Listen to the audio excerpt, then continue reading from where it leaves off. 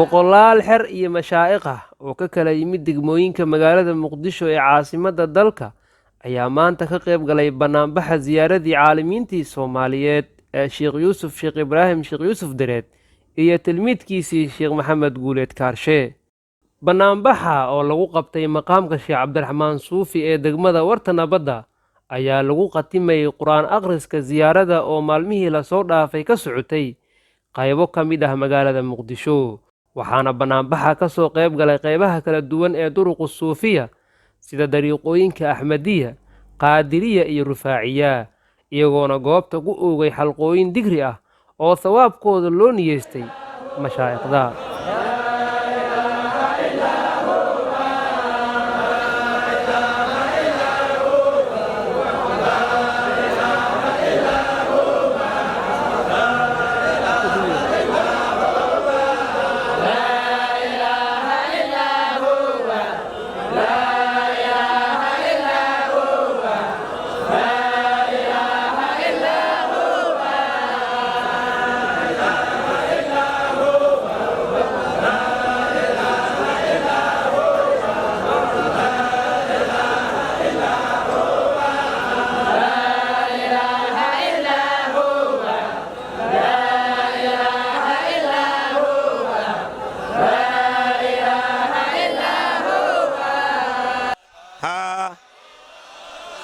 لا ذكي يوذرا هتوذاقي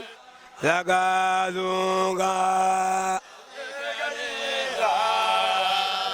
كابو رمطروي شوفوا لا لا لا وابورا هتواروي أروى هنا ذريل زمان زينة زودين زكاته صلى وبارك صلى وسلم وبارك على الحبيب الحسن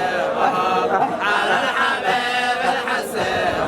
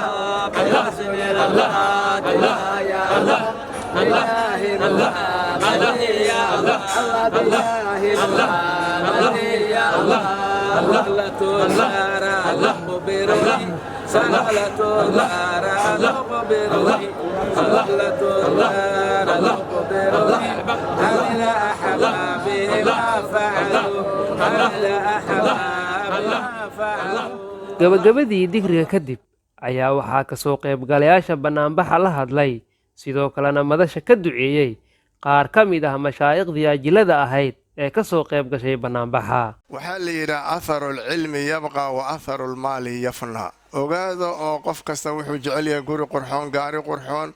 wax fiican, dhaqaalo badan aan jecelnahay, laakiin waa dhibaan jeclaysanay haddii dib loo raaco waa waxa dhowtadii su-aasheeduna ay na dhibayso oo maalka xalaashiisu waa xisaab, xaraamtiisuna waa ciqaab. wixii xaraam nagu soo gala waana la ku cadaabayaa, wixii xalaal nagu soo galana waana la ku xisaabinayaa. laba goor baa dhiba noqday. laakiin cilmigu mar kastaba bilowgiisa iyo dhammaadkiisa iyo midkiisa yar iyo kiisa badan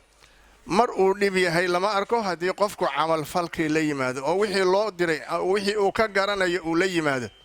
saasay marka waxay ku tahay atharulcilmi yabqaa. raadka cilmigu waa sii joogayaa, laakiin maalka raadkiisu waa dhammaanayaa. how wixii aad tamacday intaad joogtay kharabayaan, haddii aad ka dhimatana sahlay u kharabayaan. nin iyo maalkii ma kala haraana la yidhi, wax magacoo kaa dambaynayana lama arko. laakiin cilmigii waa sii joogayaa. sidaan oo kale unbaa loo sheegayaa dadkii diinta inta barteen ku camal faleen oo dadka sii gaarsiinayeen sidaan oo kale mar walba loo noolaynayaa sheegiddoodii u nooshahay markaasaan waxaan isku dhiiri gelinaynaa aan dadaalno oo waxbarashada diinta aan ku dadaalno dadka marka adduunyada la joogo يعني dadku sharafka waa jecel yihiin sharafka meelo fara badan laga raadiyaa waxa laga yaabaa qofku in uu sharafka ka raadiyo maalka waxa laga yaabaa qofku inuu sharafka ka raadiyo madaxtinimada laakiin ciisiga sharafka daa'imka noqonaya waxa waaye waa midka lagu gaaro diinka iyo adeegdiisa sida ogtihiin maalmo ka hor mashaayikhdan ziyaara aad u baaxad weyn ayaa la ziyaartay galguduud lagu ziyaartay intii ilaahay u qadarayna ay tagtay inta kalena warbaahinta ay kala socotay maantana waxaan joognaa saaxadii sheekh Soofi ayaan joognaa waa la ziyaaranayaa waa la xusayaa waxaan kaloo hubnaa meelo badan oo dalka iyo dibadiisana kamid ah sidaan oo kale in culimada loo xasuusanayo taas marka waxay tusinaysaa yani ilaahay inuu ugu talagalay magacooda iyo maqaamkooda inuu baaqi noqdo ilaa yawmiddiin taasna waxay ku gaareen khidmada iyo adeegida ay u adeegeen diinta islaamka ay u adeegeen marka waxaa loo baahan yahay marka in lagu dadaalo diinta islaamka barashadeeda iyo barideeda waa ciisiga iyo sharafka kaliya qofka u soo haraya ma aragteen dadkii madaxda ahaa jiray ama maalka lahaa jiro sidaan ummadda iskugu imaanaysa ma aragteen may intii nool yahay qofka waa laga yaabaa hadduu xoolo haysto ama madaxtinimo haysto xoogaa in lagu karaameeyo laakiin culimada sharafkooda waa daa'im waxaa kaloo daa'ima camalkoodii waa socdaa waa ogtiin sida nabigeena calayhi salaatu wasalaam noo sheegay qofku marka uu dhinto camalkiisa waa go'aa ilaa dhowr shay maahina maxaa ka mid ah cilmiga uu ka tegay cilmiga ay ka tageen ummadda ay bareen ayaa lagu intifaacayaa dal iyo dibad meel walba lagu intifaacayaa